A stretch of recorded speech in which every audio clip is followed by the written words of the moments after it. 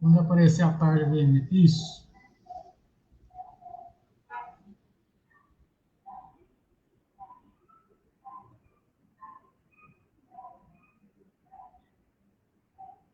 Boa noite, estamos ao vivo. E nós tivemos um atraso por motivos técnicos. Tem hora que a tecnologia deixa a gente na mão. Então, a gente vai aguardando uns minutinhos aqui para que os nossos convidados possam ir identificando o nosso vídeo ao vivo e para que a gente possa começar a nossa conversa. Deixa eu só tentar identificar aqui se estamos realmente ao vivo. Pelo menos a plataforma está indicando que tem 4 pessoas já visualizando. Quem estiver visualizando aí, por favor, compartilhe no Facebook, José. No Facebook.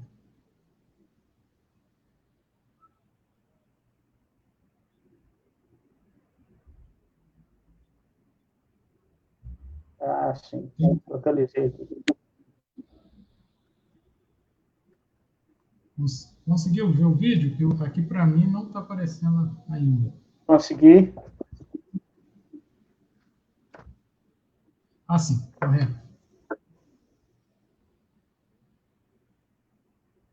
Isso.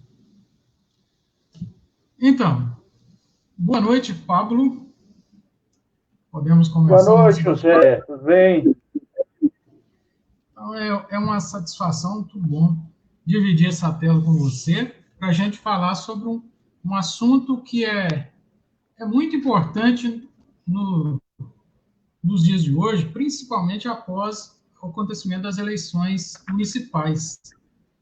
Muito no Brasil, hoje, há uma associação sempre mais crescente de religião e política, seja qualquer tipo de espectro político, seja direita, esquerda, sempre há uma associação, com diferentes razões, mas a associação entre religião e política está presente na nossa sociedade.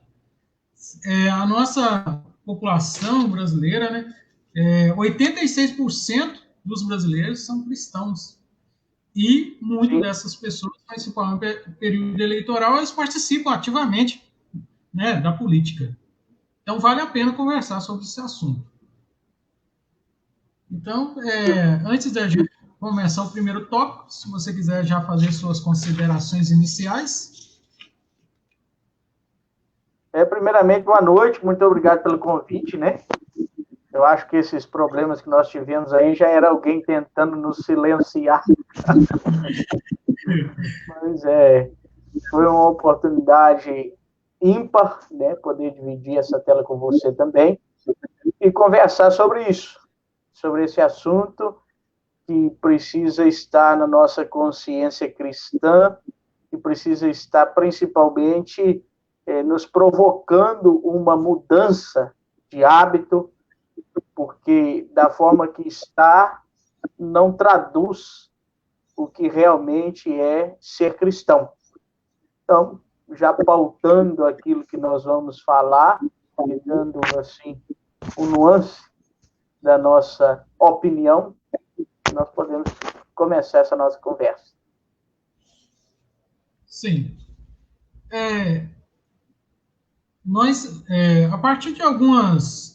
Na última semana, depois das eleições municipais, eu havia até evitado, porque o clima, logo após o período eleitoral, durante e logo após, é um clima assim, tenso. As pessoas normalmente recebem qualquer tipo de reflexão ou de crítica como se fosse um ataque direto. Então, a nossa posição aqui, eu estou aqui em Conceição, Pablo em Divino, essa reflexão é uma reflexão que nós temos que fazer. Não estamos direcionando qualquer coisa para A, B ou C, mas se todas as pessoas que, de fato, sentirem que, de uma maneira ou de outra, elas estão envolvidas naquilo que nós estamos debatendo, acho que cabe a ela refletir, né? Mas isso aqui não é uma espécie de um recado específico para um, é um recado para todos os cristãos que estão envolvidos na política. Eu quero nós só separamos. fazer uma consideração, José. Sim, pode, fica à vontade.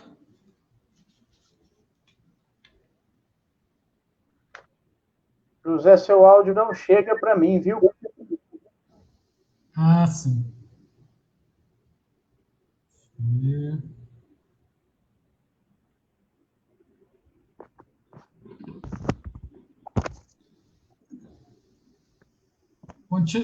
continua sem?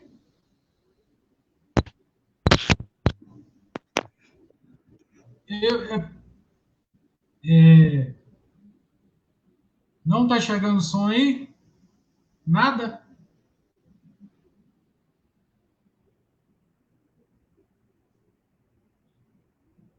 Ah, tá.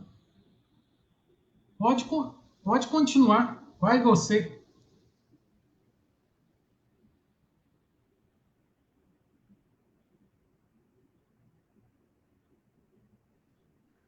Não sei se o meu áudio chega para você, José, mas eu não te ouço.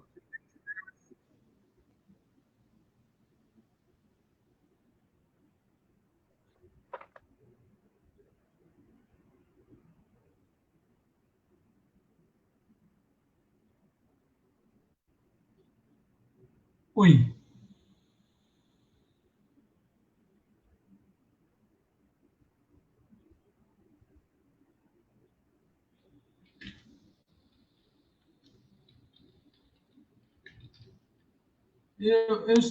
Eu estou te ouvindo. Pode falar.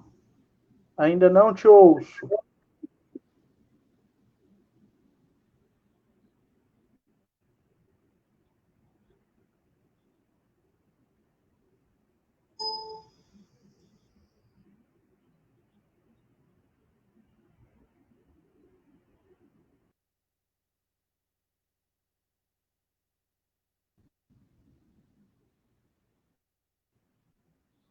E agora?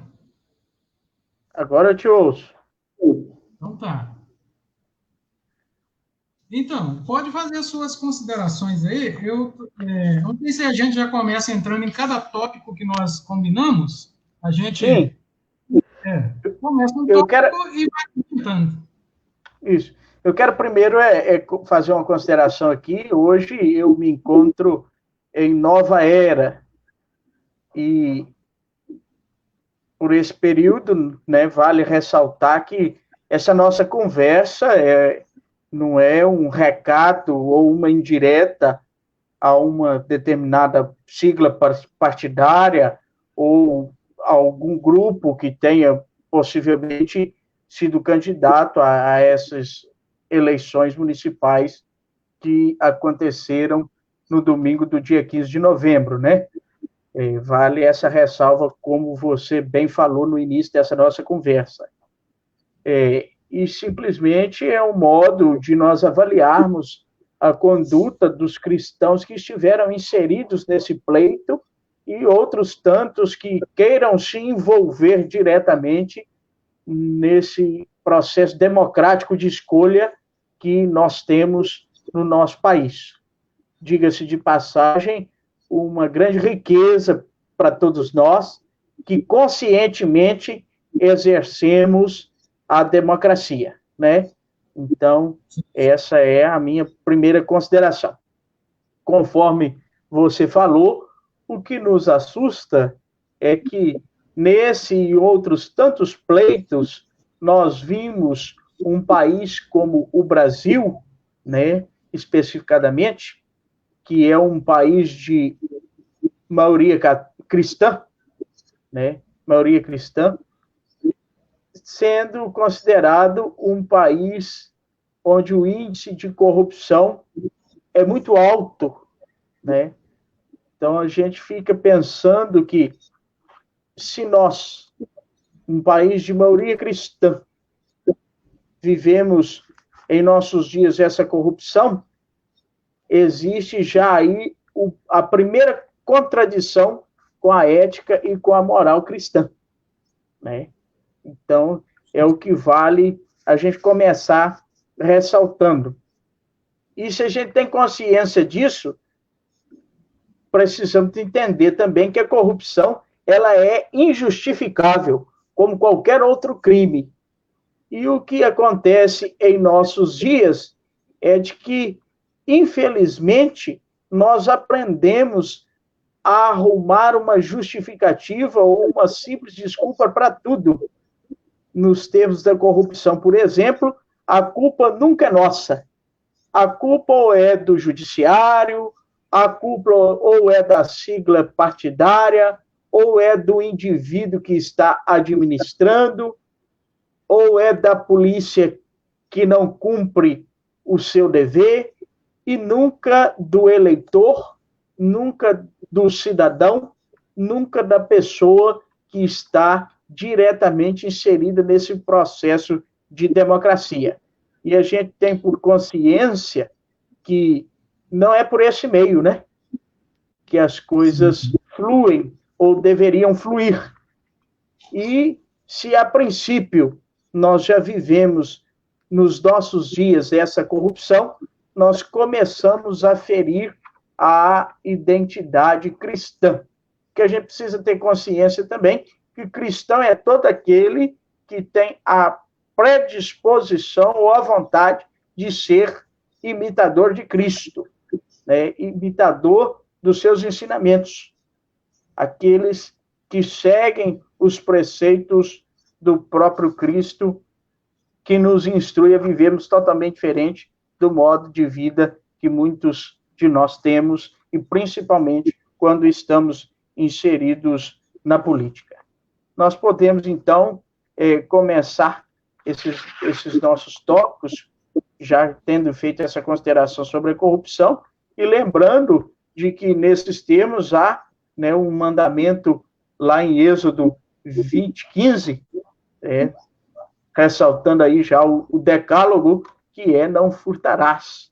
E quando a gente começa conversando sobre a corrupção, a gente vê que nesse pleito e outros tantos, o que tem persistido é a compra de votos. Eu tenho um dado aqui que eu tirei do último domingo em relação às eleições, eu gostaria de passá-lo também nessa nossa conversa. Ele é do Centro Integrado de Comando de Controle Nacional, em detrimento ao que ocorreu no dia da eleição, precisamente às 13 horas, esse Centro Integrado de Comando e Controle Nacional já tinha identificado mais de 720 ocorrências eleitorais até às 13 horas do dia da eleição. E a maioria delas relacionadas tanto à boca de urna quanto à compra de votos. E quando a gente fala em corrupção, essa é a primeira e grande abertura de portas para que o país decaia nesse crime.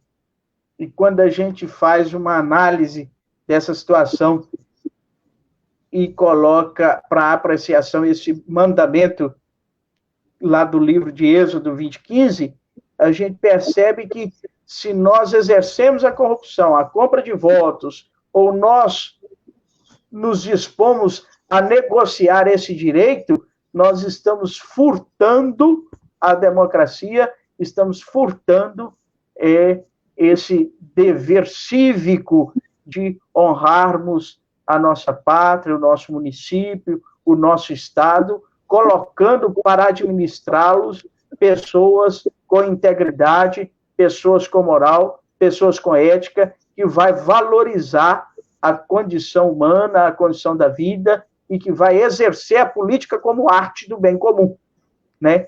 O Papa Francisco, que é uma referência aos cristãos católicos, fala que o cristão precisa estar inserido na política. Nós não podemos ser como Pilatos, mas, infelizmente, se nós fôssemos contar ao Papa Francisco quem são os cristãos que estão inseridos na política, eu tenho certeza que ele iria rever essa frase e iria nos corrigir, nos admoestar, porque não é esse tipo de cristão que pode continuar exercendo essa grande arte que é de fazer o bem através de uma administração na nação, numa administração no município e em qualquer que seja a esfera que engloba, né, essa ciência política. Então, a gente vê também que lá no livro de Provérbios, no seu capítulo 17, 23, conforme essas citações que você nos separou, né, o ímpio aceita o suborno em segredo para perverter as veredas da justiça. Então, quem aceita esse suborno, quem pratica a compra de votos, ou quem se oferece em troca de algum favoritismo político, está também ferindo o que nos está escrito no livro de Provérbios, retirando a condição de se exercer a justiça, furtando esse bem precioso para nós. Sim, sim. O problema em torno da compra de voto, muitas vezes o cristão, isso tornou-se um hábito tão comum que as pessoas elas acabam não percebendo a gravidade disso. Porque falta muito aquela vinculação que deveria haver entre aquilo que a pessoa acredita e aquilo que ela pratica. Esse é o grande problema, porque, por exemplo, no Brasil, você citou esses dados aí altíssimos, né, de ocorrências ligadas à boca de urna, compra de voto. Segundo o TSE, na pesquisa de 2014, 28% dos brasileiros já testemunharam ou tiveram conhecimento direto sobre compra de votos. E lá no índice de percepção da corrupção, que é da Transparência Internacional, o Brasil está com 35 pontos em 2019 em relação à transparência e à questão da corrupção. Esse índice é assim, quanto maior ele for, mais íntegro é o país, o sistema do país. Quanto menor ele for, ele está mais próximo da corrupção. Então, o Brasil tem um índice muito alto de corrupção, um país que a maioria é maioria de cristãos. Então, essa dificuldade de passa, parece-me que no período eleitoral que ocorre é que o cristão é muito permissivo. Ele, para defender o seu candidato, o lado do seu candidato, ele acaba usando a omissão. Ele omite muitas vezes o seu dever de ser crítico, de ser severo, de ser coerente com os valores que ele pega durante 3 anos e meio, mas naquele período ali, ele acaba abrindo mão. O seu critério de avaliação, ele fica muito, muito relaxado. Assim, uma espécie de desleixo em relação à sua percepção do que é errado. Porque muitas vezes, lá no meio da campanha, surge um escândalo. Às vezes, algo que já era do conhecimento de todos. Mas, por exemplo, o adversário ele acaba expondo algum ponto negativo do candidato. Aí o defensor daquele candidato, ele finge que isso não é verdade, porque senão, no meio de uma campanha, vai trazer desvantagem para o candidato. Então, esse é o grande problema. Porque a compra de voto, muitas vezes, as pessoas não percebem que compra de voto é fraudar a eleição. A eleição são 2, 3 ou 4, 5 pessoas que estão concorrendo, mas estão concorrendo num jogo. Um jogo que tem regras em que todo mundo tem que ser transparente e honesto, para que o resultado represente, de fato, a consciência e a vontade dos eleitores. Agora, se você desequilibra esse jogo, você está trapaceando. Por isso que é roubar. Então, é suborno. E lá no Isaías 5, 22, 23, e lembre-se bem, nós estamos falando de ética cristã. A ética cristã, na base da ética cristã, tem uma ética que é uma ética judaica do Antigo Testamento. Os profetas eram radicalmente ferrenhos críticos da corrupção em Israel. Então, não faltam base na Bíblia, citação principalmente do Antigo Testamento, sobre corrupção. Isaías diz lá, ai dos que justificam o ímpio por suborno e ao justo negam a justiça. Então, o que é compra de voto? É suborno, é roubo, é roubar da oportunidade do outro. O adversário poderia ter acesso a um voto consciente e independente, mas eu vou lá e compro o voto. Então, estou roubando. Eu não estou sendo honesto, Agora, compra de voto, que fique bem claro, ela acontece de várias maneiras, não é simplesmente dar dinheiro em troca do voto.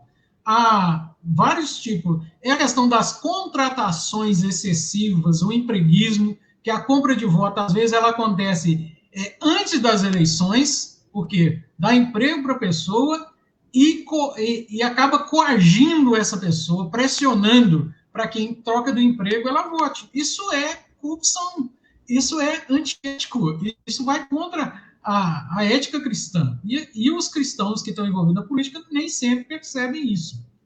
Então, a respeito desse primeiro ponto sobre compra de voto, corrupção, eu creio que, da minha parte, seria isso. Porque tem muita coisa que a gente quer falar, né? Mas, por hora, seria isso. Eu queria só fazer uma consideração, José, que conforme você pautou aí, que a compra de voto ela acontece, tem todo um contexto, né?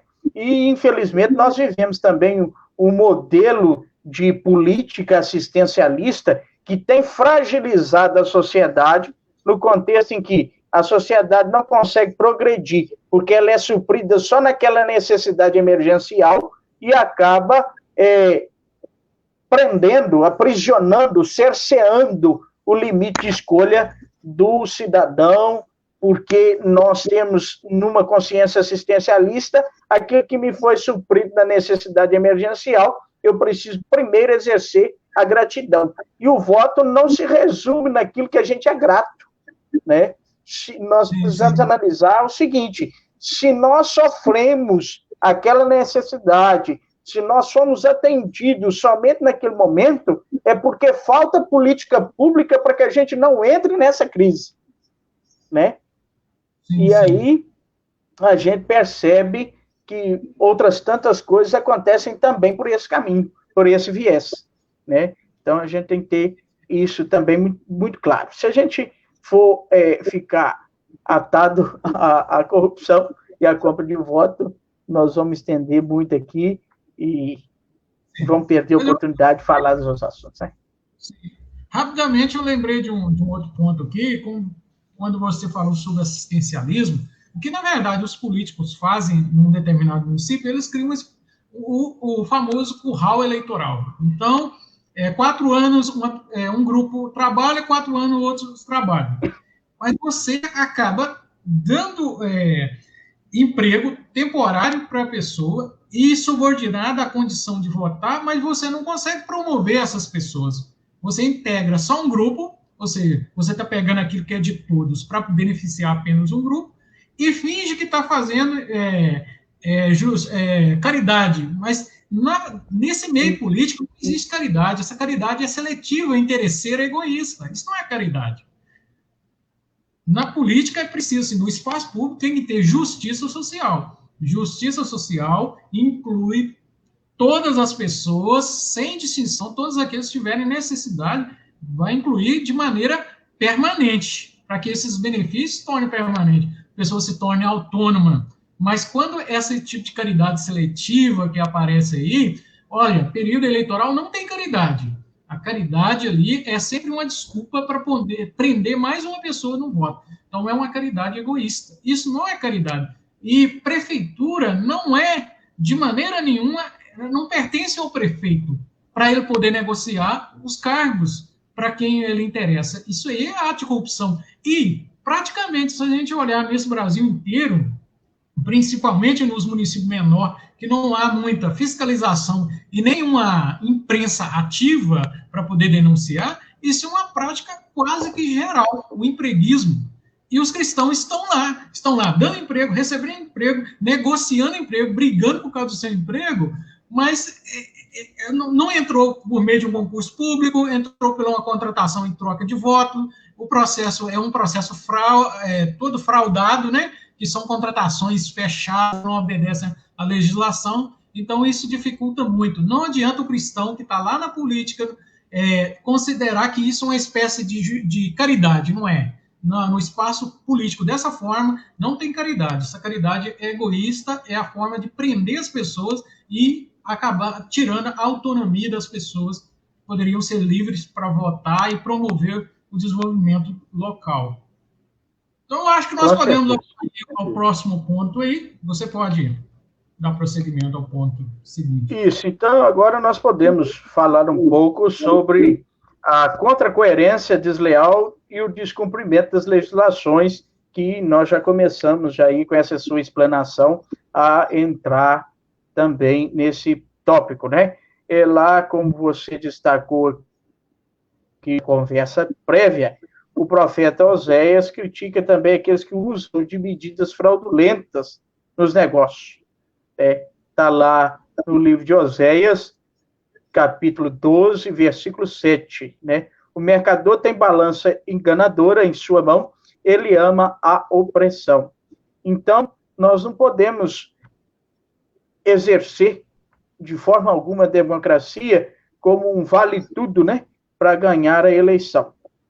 A honestidade e a transparência não podem ser esquecidas de maneira nenhuma, principalmente pelos cristãos que estão inseridos nesse processo. O que eu gosto de destacar sempre, e principalmente quando as pessoas dizem a mim que vão se candidatar, e eu quero ressaltar aqui também que eu já fui um candidato, né, ao cargo de vereador, lá no município de Divino, de onde eu sou, né, e naquele tempo eu não cheguei a ser eleito.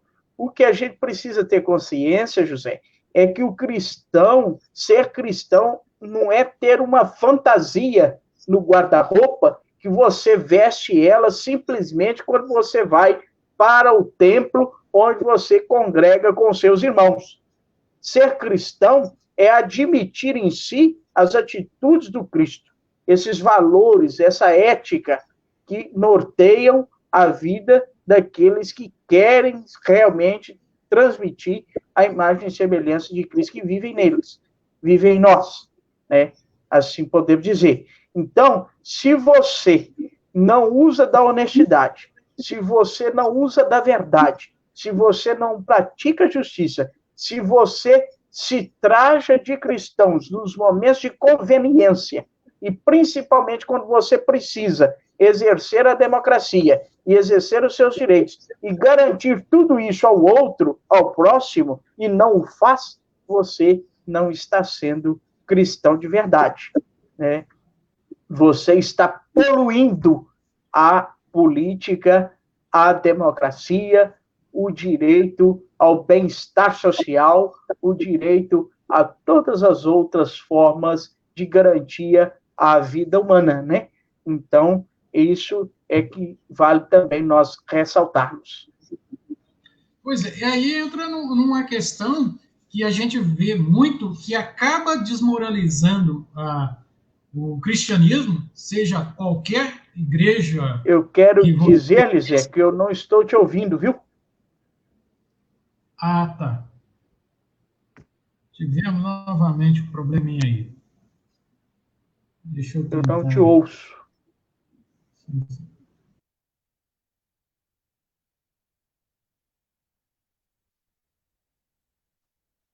Então, eu não sei se quem nos acompanha aqui está conseguindo nos ouvir, me ouvir. Está me ouvindo agora? Restabeleceu, isso. Sim. Não, eu acredito. Se eu estou te ouvindo e você me ouvindo, tá tranquilo. Significa que todo mundo também está recebendo o áudio. É só a gente ficar atento, né? Quando um ou outro estiver falando, se ficou muda, aí tem que verificar o que está acontecendo. Sim. Mas aqui, antes do outro passo, o que eu estava querendo dizer é que um problema muito grande quando se fala sobre o número, até que no Brasil está acontecendo o contrário, está aumentando o número de cristãos, principalmente cresce mais o número de evangélicos no Brasil. Né? Em 2032, o número de evangélicos vai se equiparar ao número de católicos, ou talvez até ultrapassar. Essa é uma previsão do IBGE. Mas, de modo geral, o que está acontecendo no Brasil, acontece em alguns países, isso foi muito, muito forte na Europa, com o crescimento do ateísmo, é porque o testemunho, a falta de testemunho e da integração entre fé e comportamento e prática isso faz com que muitas pessoas não acreditem na religião, por causa desse problema. Se você tem uma fé, é preciso que você consiga traduzir isso em atitude. Então, o problema grave que acontece é a hipocrisia religiosa. Porque nós estamos fazendo essa live aqui, se qualquer pessoa que durante esse período eleitoral fez tudo isso que nós estamos condenando, e ele é cristão, ele vai tentar se esquivar de qualquer maneira, justificar tudo isso. Inclusive, ele vai negar e dizer que foi o adversário que fez, a coligação, o partido dele, não fez uma campanha honesta, limpa. Ou seja, nós temos não só o desrespeito à ética cristã, mas também a hipocrisia, a dissimulação de não aceitar a autocrítica e querer se corrigir. Então, um cristão que faz isso é um cristão que ele nunca se converteu. Ele está dentro da denominação religiosa, uma comunidade religiosa, mas ele nunca se converteu de fato. Por quê? No início do evangelho de Marcos, começa com essa expressão, né, de converter e acreditar. Primeiro vem a conversão. Quando você adere a um sistema de crença, de valores, só tem sentido se você transforma isso em prática. E essa coerência, ela é exigida, não é só para os cristãos, não. Qualquer ser humano, cidadão que tem valores, referências, valores humanistas, ele precisa de ter uma coerência entre aquilo que ele fala que acredita e aquilo que vive. Então, eu queria só ressaltar esse ponto aqui, que o que muitas vezes afasta as pessoas da religião é esse testemunho escandaloso que é a hipocrisia religiosa. E vale contextualizar também, porque hoje nós vivemos em um mundo de muitas dificuldades e de desesperança, né? E em todos os aspectos. Na religião, na política, justamente porque quem se inseriu na política não deu esse testemunho que devia dar para transformar o ambiente, a sociedade onde o cristão se inseriu. Então, isso realmente fere tudo o que nós almejávamos. Parece-nos que falar em política como a verdadeira arte do bem comum é uma utopia no país que a corrupção tem crescido, que o cristianismo, por mais crescente que seja, não tem dado, né, o verdadeiro testemunho pelos seus cristãos, pelos seus adeptos, né, onde nós nos inserimos. Sim, sim. Um ponto à frente aí sobre a difamação e a calúnia dos concorrentes. Nesse período eleitoral, e em todos os períodos eleitorais, né, parece que o brasileiro tem uma dificuldade, porque tradicionalmente, e eu estou dizendo tradicionalmente, os estudos da cultura brasileira, principalmente os grandes nomes lá, Roberta Mata, aqueles nomes do século passado, definiram muito o brasileiro como um homem cordial, né, que tem hospitalidade, mas eu percebo que o que pode se definir de modo generalizado o brasileiro ele é muito apaixonado com tudo que faz. Então, aí vem o radicalismo na torcida do futebol, da religião. Aí, na política, ele não consegue entender que o processo de concorrência eleitoral não é uma guerra civil, não é uma briga de adversários. Até essa expressão adversário está incorreta, porque, na verdade, o que nós temos são concorrentes a cargo e não adversário. Porque adversário significa inimigo. Inimigo tem na guerra, briga de facções. Agora, dentro da democracia, não tem. Então, isso dá espaço, essa animosidade, essa dificuldade de lidar, né, com as emoções nesse período eleitoral, uma concorrência desenfreada, isso gera muito problema e esbarra nos problemas da ética, que é o respeito com o próximo e também o compromisso com a verdade.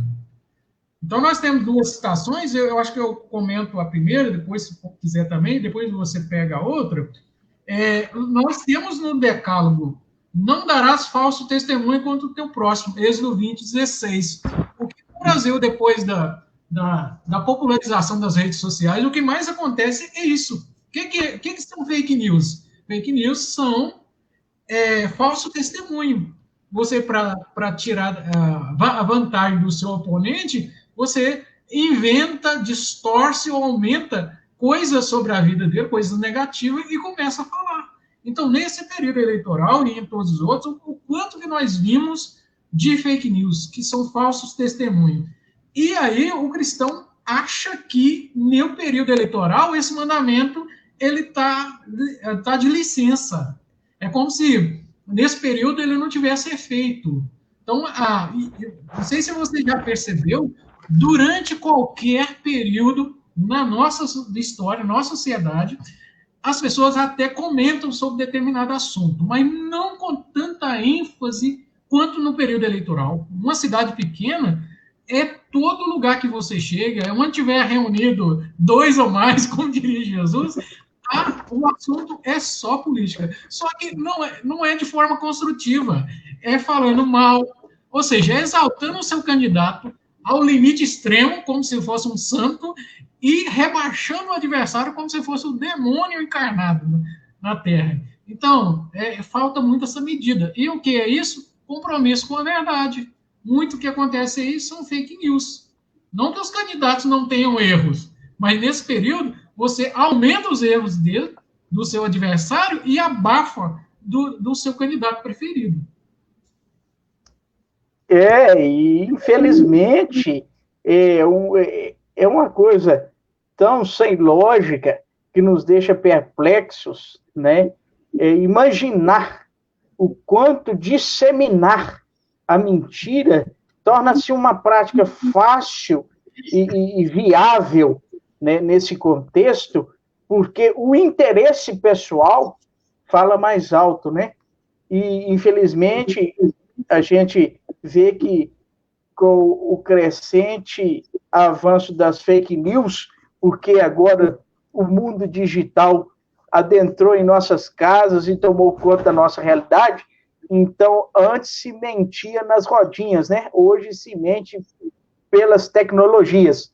Então, para a mentira foi preciso também definir um termo. Então, tudo, e nós vamos nos acostumando com essas coisas, sem disposição de mudá-las. É incrível o modo com que o cristão, com que o ser humano, né, adere essas práticas para se favorecerem. Eu tenho aqui também, eu quero ressaltar, um dado só no dia da eleição, em todo o território nacional, foram disseminadas foram presos, né? Foram presos mais de 26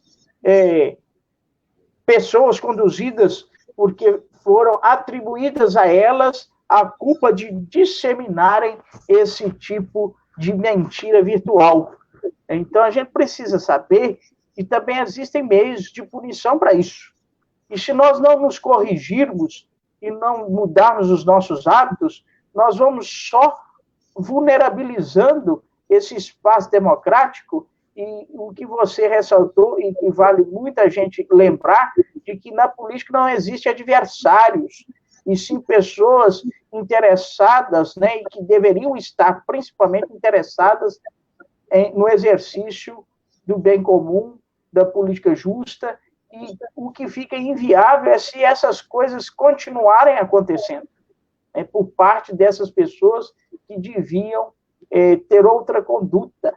Então, a gente ressalta aqui também, esse mesmo ponto, uma outra citação, né, do livro de Levítico 19, no capítulo 19, versículo 16, e está assim, né, não espalhem calúnias no meio do seu povo, não se levantem contra a vida do seu próximo.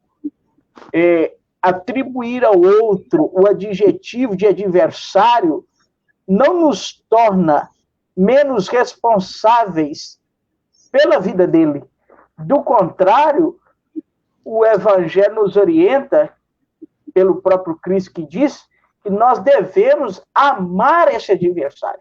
E se eles se acostumaram com esse termo, precisavam também ter atenção a essa condição que Jesus nos impõe, de que nós precisamos amar. E quem ama, cuida. Quem ama, não dissemina o ódio através dessas mentiras. E muito mais, e muito menos, né? Se dispõe disso para valorizar a si ou aos seus interesses. Olha, é muito triste esse tipo de violência que acontece ainda em nossos dias. Em Simonésia, aí bem próximo de Conceição de Ipanema, a candidata a prefeita Célia sofreu essa violência no período da eleição, né? Ela teve a sua vida exposta e muitos cristãos, ao receberem esse tipo de informação, se tornaram propagadores e coniventes com esse mesmo crime. Então, a gente precisa ter cuidado com isso e ter consciência de que, se nós somos coniventes, nós estamos agindo contra os preceitos da ética cristã e estamos agindo como criminosos. Isso é crime. Sim, sim. Na verdade, o que acontece de modo geral, o nosso povo tem uma dificuldade, principalmente, isso é uma questão de educação para o uso das mídias digitais. Tem uma certa dificuldade, claro, de interpretar algumas coisas como verdadeiro, como mentiras, mas no período eleitoral, isso não é feito simplesmente por inabilidade, não.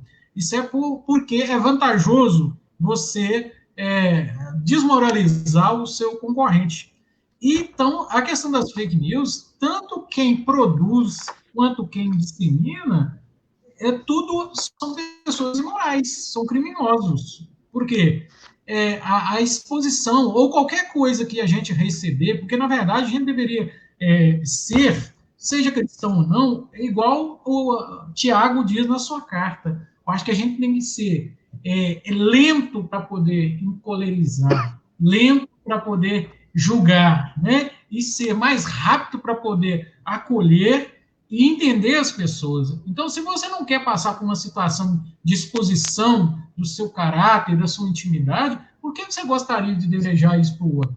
Porque a lei áurea, a lei principal do evangelho, é aquela que Jesus resume. Aquilo que você não quer que aconteça com você, então não faça o outro. Isso é a grande, não só do cristianismo, mas esse aforisma, na verdade, eu comparei uma vez, parece que existem 10 religiões que têm esse mesmo aforismo.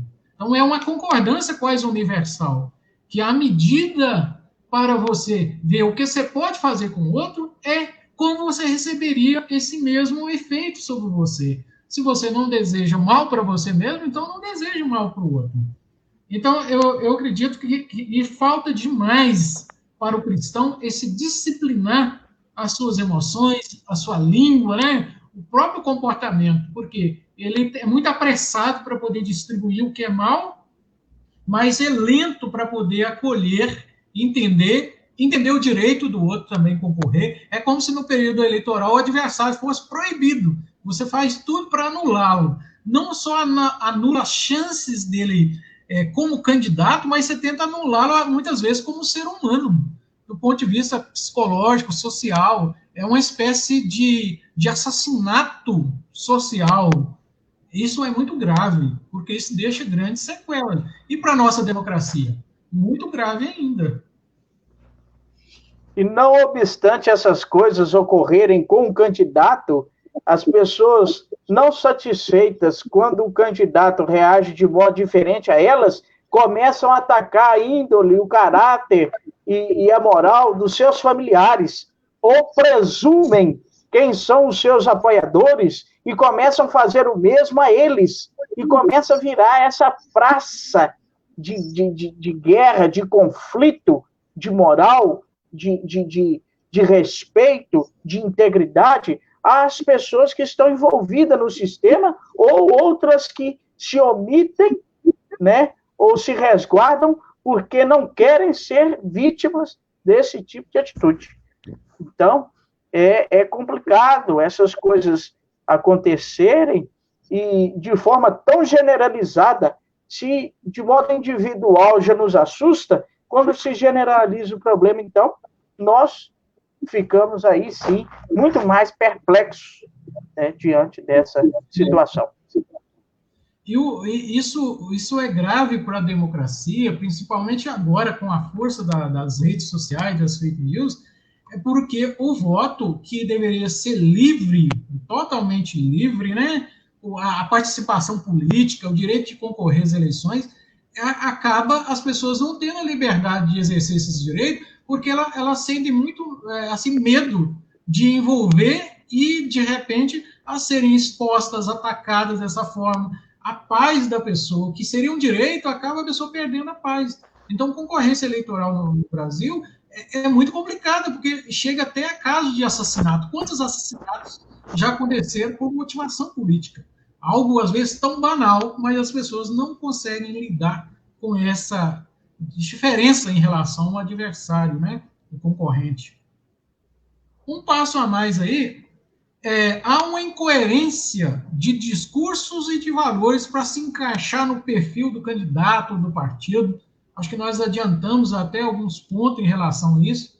Então, a omissão dos fatos, muitas vezes coisas graves que estão, né, que são do candidato do seu lado, do candidato favorito, você deixa de ver os erros, porque há pessoas, e principalmente em municípios menores, você tem 3 ou 4, 5 partidos e as pessoas precisam fazer ligações e alguém precisa candidatar ou apoiar alguém, você acaba desconsiderando as ideologias dos partidos, como se não tivesse qualquer um serviço. Muitas vezes entra numa grande incoerência, você vota num partido que, em nível nacional, esse partido trouxe muitas desvantagens, né, nas suas políticas para você ou para o seu grupo, né, para sua profissão, sua classe, mas em nível municipal você aceita isso, porque há uma dificuldade aí da coerência de valores. Então, da política lá em cima e a política lá embaixo, aqui embaixo. Mas isso é um contínuo. Há uma relação entre todo esse processo. Então, é muito grave essa dificuldade.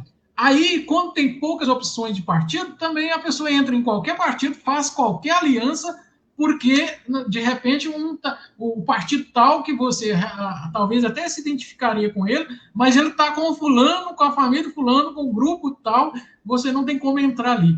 Aí fazem umas alianças, aí você tem um candidato que é até bom, mas ele acaba se aliando a um que é cheio de problemas, de defeitos, aí você fecha os olhos e vota nos dois, porque é o partido, é o grupo ali que você tem que acompanhar.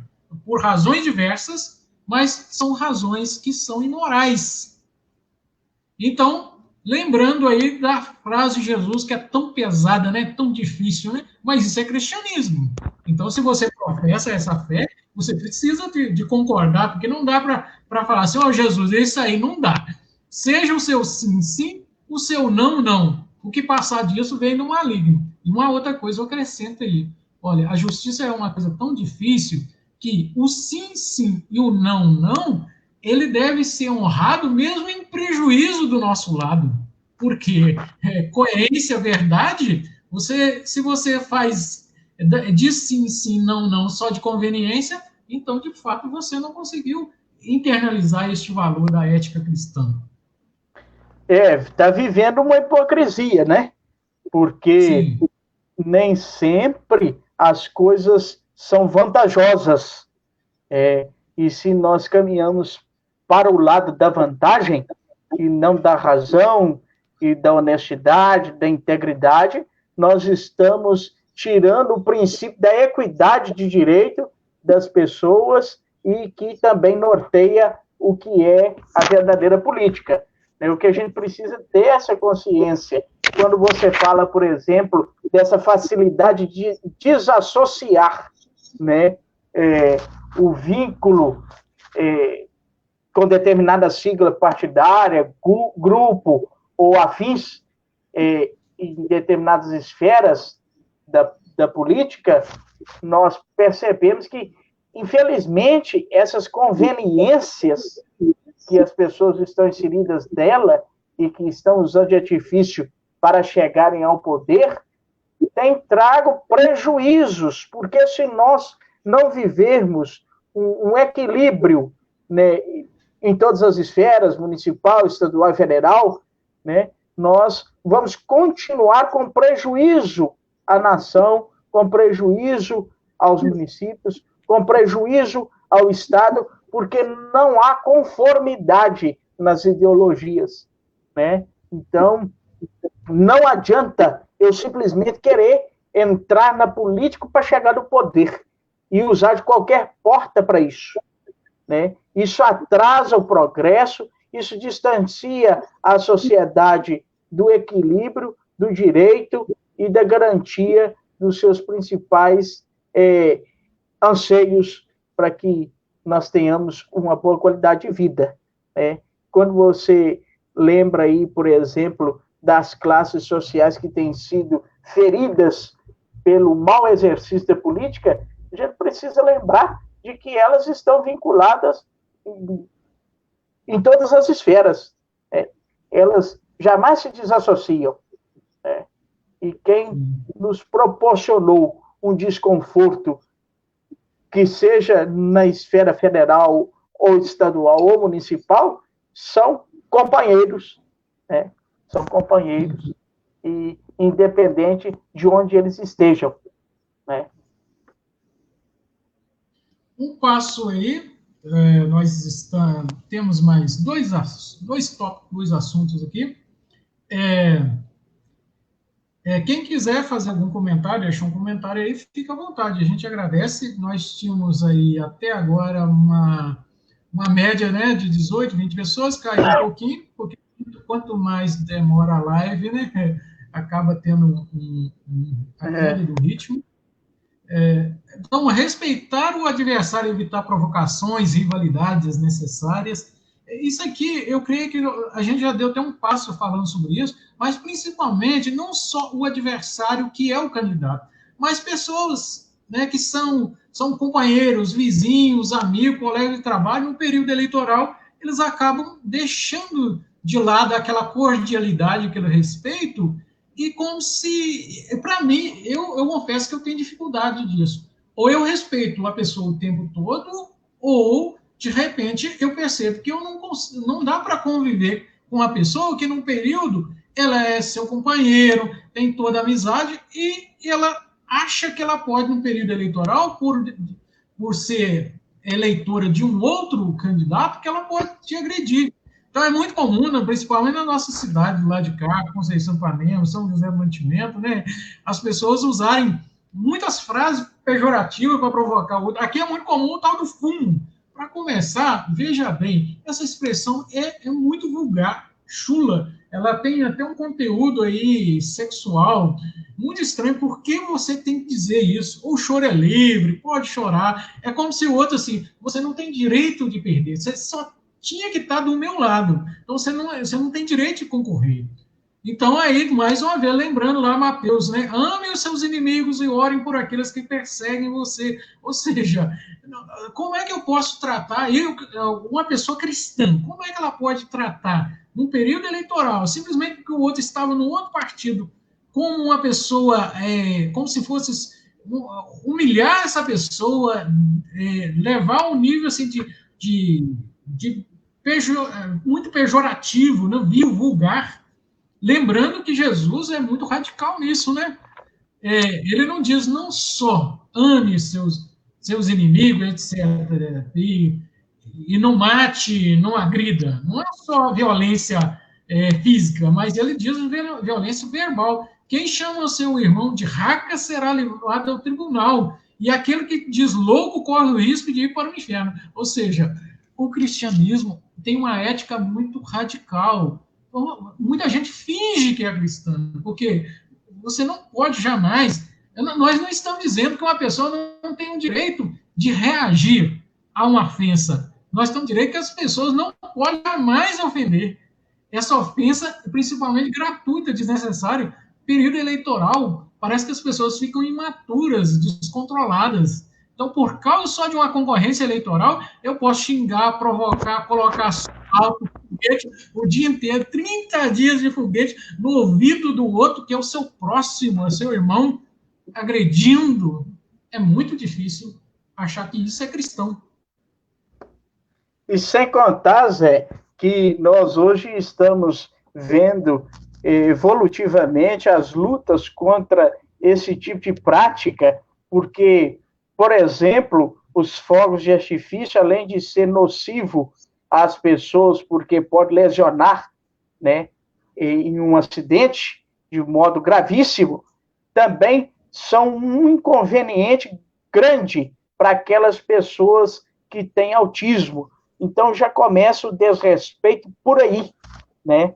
E outro grande fator que você destacar aí também é a questão do desrespeito com esses tipos de palavras esdrúxulas que as pessoas usam para se referir ao outro, de modo que desrespeitam, né, até os terceiros que ouvem essas coisas sendo ditas, além de ser também uma incoerência muito grande eu dizer que amo o meu próximo lá no meu culto, no meu templo, na minha missa, no meu encontro, e passando por este meu irmão na rua, por mais que eu o entenda como adversário, porque na política não era para existir esse termo, eu o trato deste modo pejorativo, ofensivo, que magoa, que traz danos morais ao caráter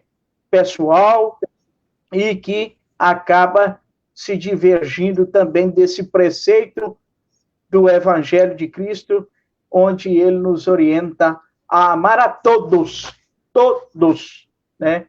Sem distinção de que ele esteja ou estivesse nesse ou naquele partido político no período da eleição. É por isso que eu torno a dizer, o cristão, se ele é cristão de verdade, independente do momento da vida dele, ou do momento da vida pública, ele sempre vai seguir os preceitos de Cristo.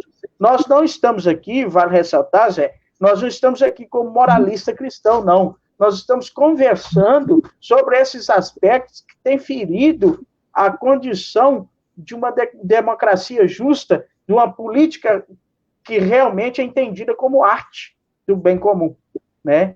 Então, assim, esses detalhes, esses tópicos que nós questionamos aqui, são hábitos primeiros do cristão, né? E de qualquer outro ser que se paute pela educação.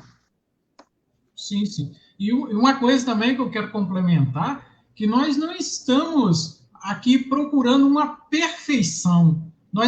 Que todos nós temos defeito. O que nós estamos falando é que o relaxamento é tão grande, a gente não está exigindo perfeição. O relaxamento é tão grande que acabou coisas muito simples que deveriam ser valores são esquecidos. Não estão exigindo perfeição, estão exigindo pelo menos que haja mais coerência, né? Porque todo mundo tem defeito, mas agora nós acostumamos demais com os defeitos e estão aceitando esses defeitos, tirando vantagem dele e entrando numa incoerência muito grande. Então, é muito sério isso, né? E é complicado também, José, porque nesse período os candidatos, por exemplo, ou os adeptos de determinados candidatos, usam a todo instante o nome de Deus para justificar a índole e o caráter do seu candidato ou do seu grupo, como se eles fossem agentes enviados pelo Espírito Santo, dotados de toda a graça, quanto, na realidade, eles não têm sequer o respeito ao próximo. Com quem dirá os princípios para se dizer que são cristãos e que foram, de fato, escolhidos por Deus. Porque Deus, quando resolve escolher os seus, ele primeiramente os orienta a agir como ele, e não escolher o modo de vida, né? Eu vou agir desse, o outro age do jeito que lhe convém, e assim nós vamos tocando a vida, né? Eu li por aí muitas postagens em redes sociais, aliás, de diversos municípios, né, onde a gente conhece pessoas, etc., muitas pessoas dizendo que a vitória de determinado candidato foi porque Deus abençoou e tal, não foi sorte, foi Deus. Tome cuidado com isso, que muitas vezes determinados candidatos foram eleitos com um show de moralidade, de compra de voto, de concorrência desleal, desrespeito aos outros, e depois você vai selar o nome de Deus. Lembre-se, não tomarás em vão o nome do Senhor, o teu Deus, pois o Senhor não deixará impune quem tomar seu nome em vão. Êxodo 27. Olha, tem que ter esse grande respeito com Deus, porque muitas vezes o nome de Deus é usado para justificar aquele lado que tem toda a podridão e moralidade, mas eu coloco o nome de Deus, aí as pessoas têm que aceitar a vitória, né? Tem que aceitar, mesmo que ela foi fraudulenta, tem que aceitar, porque é o uso abusivo da autoridade de Deus. Talvez os processos eleitorais são processos totalmente humanos, cheios de vício. Eu acho que é um abuso do nome de Deus atribuir isso a ele. Tem que ter mais respeito com Deus, né? Quanto a isso, José, eu só digo o seguinte: Deus nos livre. Sim, sim.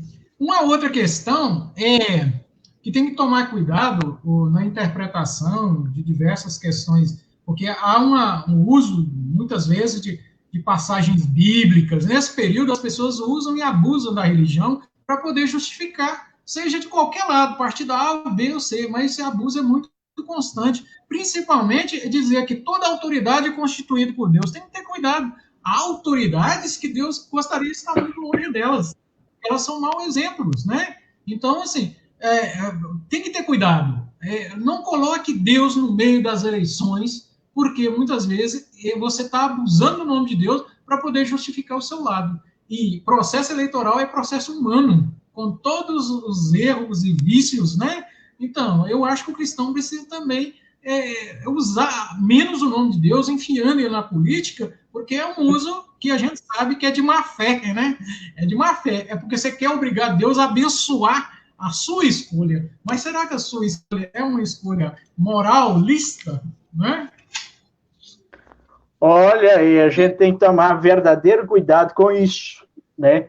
Porque depois, no decorrer do exercício do mandato, se esse determinado candidato, por exemplo, chega a se eleger e começa a crescente desigualdade social, as decadências na saúde pública, as infelicidades nas escolhas e nas políticas de serviço social e na garantia dos direitos básicos, né, para a dignidade da pessoa humana, aonde estará Deus que nós o atribuímos como aquele que escolheu determinado candidato, né? Aí nós iremos, de fato, nos envergonhar e perceber que não estava conosco Deus naquele momento em que nós conscientemente agimos com incoerência, escolhendo aquele candidato e atribuindo a Deus essa responsabilidade. Então, é isso que a gente precisa também ter como consciência. Sobre Deus apoiar, abençoar ou não, isso a gente vai ver com o tempo. São as obras daquele candidato, daquele partido, que vão definir se realmente está do lado de Deus ou não. Mas simplesmente usar o nome de Deus para justificar voto, eu acho um grande desrespeito. Aqui vamos, então, ao nosso último ponto aqui, que nós já estamos já temos 1 hora de live, né? O tempo passa muito rápido. O último ponto é que a gente não poderia jamais esquecer de falar disso. Nós falamos sobre corrupção, compra de voto, concorrência desleal, abuso com o próximo, né, provocações diversas, mas esse período eleitoral teve um ponto muito interessante que é diferente de todos os outros. Eu até, no texto aqui, eu coloquei uma expressão, né? Nós aprendemos nessas eleições que a disputa pelo poder está acima da saúde e da vida. Se você quiser acabar com a pandemia, basta marcar eleições. Parece que é isso que nós aprendemos nesse período eleitoral. E isso tem a ver com ética cristã também. Então, nesse período, tornou-se muito mais grave, somados àquilo que já era costume tradicional de vários erros e vícios no processo eleitoral, o esquecimento maldoso da pandemia para facilitar as aglomerações de campanha. Isso é contra a ética cristã, porque medidas de prevenção, medidas profiláticas, não são uma questão simplesmente dos governos de hoje, ou do Ministério da Saúde, ou qualquer outra autoridade. Isso está lá. Quem gosta de basear tudo na Bíblia, né? Esses preceitos estão lá também. Levítico 13 prescreve isolamento social para evitar contágio de lepra por 14 dias. Levítico 13, 2 a 5. Inclui também a proteção da parte inferior do rosto, né? Como uma máscara. Levítico 13, 45. Então, cuidado com a saúde é um dever da ética cristã também. E esse período eleitoral nos mostrou que não há escrúpulos para a disputa do poder. Esquece-se da saúde pública, da saúde coletiva, do respeito com o outro, principalmente correndo risco, candidatos que foram de porta em porta, correndo risco de virar um vetor de transmissão, principalmente atingindo aquelas pessoas mais fragilizadas, como idosos, pessoas que têm determinadas doenças que fragilizam o sistema imunológico dessas pessoas. Então, o cuidado com a saúde, com a vida, isso é ética cristã. Jesus disse, eu vim para que todos tenham vida e a tenham plenamente. Então, é uma questão também de ética cristã. E nós vimos isso ser desrespeitado flagrantemente. E aí, como é que o cristão pode sustentar determinados comportamentos e medidas como esse, né? Está baseado em quê? Está contra a Bíblia? Está contra Cristo? Eu escrevi um artigo ano passado, um titular provocativo, mas é para refletir. Existe entre nós um cristianismo apesar de Cristo. Ou seja, eu digo que sou cristão, mas se eu puder passar por cima de muita coisa que Cristo, que Jesus falou, eu vou passar, porque a minha moral, minha ética é de conveniência. Ela depende do interesse. Os meus interesses de dinheiro, de poder, né, de garantir participar da fatia do bolo no meu município, né, isso acaba sendo mais alto do que determinados valores que deveriam continuar, né, presentes.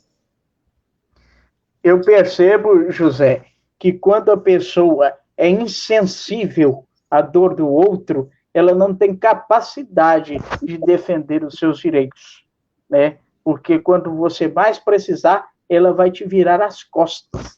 E isso acontece nesse processo e nesse período de pandemia. Olhemos para a saúde pública no país, que já é deficitária. Olhemos para a saúde pública dos nossos municípios, que já é deficitária. Olhemos para a realidade do Covid-19, que é uma realidade totalmente surpreendente nos nossos meios. Cada dia uma evolução e que nós não conseguimos defini-la, né, como um vírus que está sob controle ou não está, ou que apresenta ou se não apresenta nos exames, e tudo isso é uma realidade que nos surpreende dia após dia. E quando nós nos aglomeramos, infligimos esse cuidado com o outro, proporcionamos esses momentos em que, principalmente na política, os outros estiveram vulneráveis e também a nós estamos contra essa também integridade cristã e essa ética cristã, porque nós não estamos zelando do dom mais precioso que nós temos, que é a nossa vida. Obviamente, era necessário uma campanha, porque o candidato que não pede voto não ganha voto, né? Mas existem outros meios, conforme eles usam, né, para disseminar fake news, disseminar mentiras e se organizarem para essas aglomerações, são caminhos que eles podiam ter viabilizado para esse modo novo, né, de viver essa pandemia que está assolando os nossos dias. Esse compromisso com a vida foi algo que realmente faltou em nossos candidatos quando proporcionaram esses momentos. Mas nós não podemos atribuir essa culpa aos candidatos, porque muitos adeptos foram se organizando de modo que os candidatos não estavam sabendo. Mas depois eles apareceram também nesses encontros, né? E se eles eram os que norteavam, né, o grupo, os que orientavam o grupo, eles, então, os que deviam ter orientado a fazer o contrário do que aconteceu, né? E a gente percebe o seguinte: os cristãos sentiram falta de irem ao templo, porque muitos templos estiveram fechados no período da pandemia. Quantas igrejas permaneceram por longos dias com as suas portas fechadas, com sua entrada de modo restrito, e nós tivemos que nos adequar a isso. E se a igreja precisou cuidar, se as religiões precisaram demonstrar esse cuidado com os seus cristãos, os cristãos agora desmereceram o exercício do cuidado que a igreja, a religião, teve com eles, porque fizeram tudo diferente e se expuseram ao risco, né? E agora, infelizmente, nós estamos na semana em que os casos assustadoramente irão ter o seu crescimento. Queiramos nós que Deus, olhando por nós, nos livre disso. Mas a incoerência humana, o erro de todos nós, de todos aqueles que se aglomeraram e que infringiram as determinações e que feriram a condição que era pré-estabelecida para o cuidado com o outro, proporcionou, que vai determinar esse avanço, esse crescimento de novo da contaminação dos contaminados com vírus. Olha, em Divino, eu soube de várias famílias, inclusive algumas delas próximas a nós, que infelizmente levaram os seus entes aos hospitais e nem notícia tiveram, a não ser aquela que eles haviam falecido e nem velório puderam fazer. Sim, sim, sim. Então, um grande desafio isso porque houve nesse período uma incoerência muito grande, porque as igrejas estavam fechadas ou com restrição, as escolas fechadas e as aglomerações políticas acontecendo com maior naturalidade. Foram um desrespeito a tudo, a lei, a autoridade, descaradamente. Muitos municípios até eles revogaram decretos que haviam permissão a partir do início de setembro para que não houvesse nenhum tipo de reclamação ou, né, de reação, porque não havendo nenhum tipo de legislação restritiva, eles poderiam circular à vontade. E promoveram festas, shows, como se fosse tudo normal, todo mundo sem máscara, à vontade, e essas mesmas pessoas com restrição à escola, à igreja, mas lá poderia. Então, isso é uma grande incoerência, né? Uma grande incoerência, um grande desrespeito. Então, nós aprendemos nessas eleições muitas lições ruins, não boas, e principalmente uma delas, que vale tudo pelo voto, inclusive até colocar a vida nisso. E o tanto também de mentira que né? Verdades que têm que ser distorcidas para poder encorajar as outras pessoas a fazerem errado, né? Acompanhar o que é incorreto. Olha, por último, eu só gostaria, uma frase que eu coloquei até nesse texto, né, que é a referência que nós estamos discutindo aqui, é que sobre Deus, nesse período eleitoral, nessas eleições, a única coisa que nós devemos a ele é um grande pedido de perdão. Porque não só cometemos os mesmos erros de sempre, da desonestidade, da mentira, mas também de colocar a vida das pessoas em risco simplesmente para defender um candidato, né? Um ser humano cheio de defeitos. Então, eu acho que um meia-culpa coletivo merece essas eleições, já que nós estamos avaliando a ética cristã e esse processo eleitoral. Mais alguma consideração? Sim? De fato, José, a gente precisa realmente pedir a Deus perdão, né? Pelo modo que nós agimos nesse período eleitoral e pelo modo que nós temos conduzido as nossas vidas há muito tempo, né? O que ocorreu agora é só um reflexo daquilo que nós temos aprendido e temos transformado em ensinamento aos que estão vindo, né, para nos suceder. Então, que nós tenhamos uma oportunidade de refazer as nossas condutas, de também reavaliarmos os nossos objetivos enquanto cristãos e entendermos que se somos convidados pela nossa aptidão cristã a imitarmos a Cristo, nós devemos nos converter e mudarmos os nossos modos de vivermos os nossos dias. E, principalmente, de exercermos a democracia e de nos inserirmos na política. Lembrando que nós precisamos superar esse hábito de que política só acontece no período eleitoral. Aqui em Conceição é muito comum as pessoas falarem assim, agora é a época da política. Não, a época da política é o tempo todo. E começa principalmente no 1º de janeiro. Eu acho que aí é a hora de mostrar quem realmente está na política é cristão e vai honrar a ética, a moral cristã, né? E vai fazer a diferença. E a gente vai ver nos frutos, nos resultados.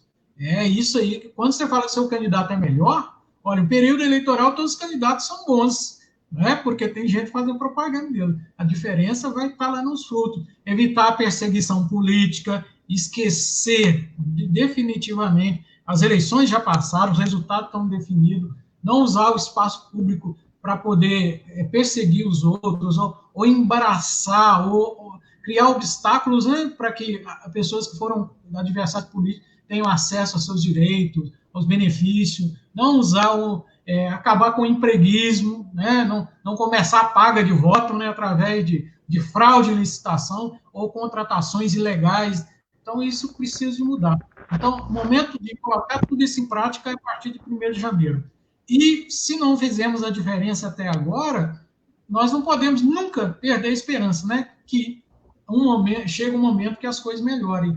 E, principalmente, acho que uma das coisas que nós estamos devendo demais, principalmente quem está na política há muito tempo, é ensinar os jovens novas formas de participar da política. Infelizmente, eles estão aprendendo. Eu vi um caso aqui muito direto, em Conceição de Ipanema, tantas pessoas jovens, né, até menores, pessoas que completaram 18 anos agora, participando de campanhas eleitorais e aprendendo os hábitos errados, porque os mais velhos encorajam, eles fazem assim, sempre fizeram assim. Então, nós estamos precisando de fazer essas mudanças. E então, mais alguma coisa aí? E agora acho que nós já podemos. E na política, Zé, perde aquele que não sabe exercer com devida consciência a democracia e o direito de escolha, né? Então, sim. Eu acho que se nós formos discursar sobre, nós estenderemos noite adentro, né? Sim. E essa nossa conversa não há de ter fim. Sim. Então, eu agradeço a todas as pessoas, né, que nos acompanharam. Eu não tive acesso aqui aos comentários, não sei se as pessoas comentaram ou não.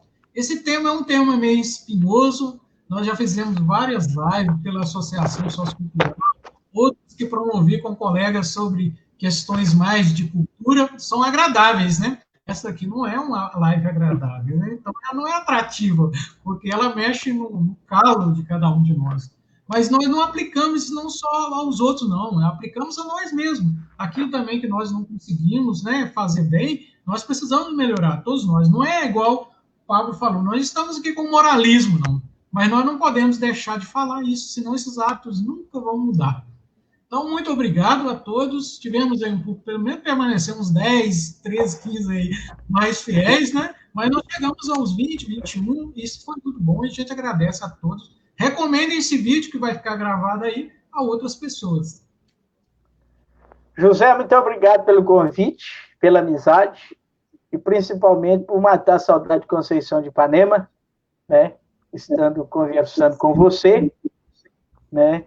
E eu espero voltar em Conceição e ser carinhosamente recebido como sempre fui, e que nós não apanhemos por isso. Né? Com certeza. O bom senso prevalece ainda. Então, muito obrigado. por dividir a tela comigo, aceitar esse convite para a gente conversar sobre esse assunto. E, se tivermos mais oportunidade, com certeza teremos, nós estamos aqui aproveitando esse espaço para conversar mais sobre temas relevantes. Sim, eu quero só considerar aqui que você não teve acesso aos comentários, mas nós tivemos boa participação aqui, viu? O Adão de Paula, Netinho, também a Angelina, muita gente, a Rita, a Kishla, Cláudia, e muita gente participando conosco, Ana Maria, muita gente, Luciano, então muitas pessoas que estiveram conosco e comentando, né, na nossa live. A Aparecida Prata, a todos vocês que estiveram conosco, nosso abraço. Muito obrigado. Isso. Então, uma boa noite a todos. Muito obrigado. Então, até a próxima, Paulo. Até a próxima.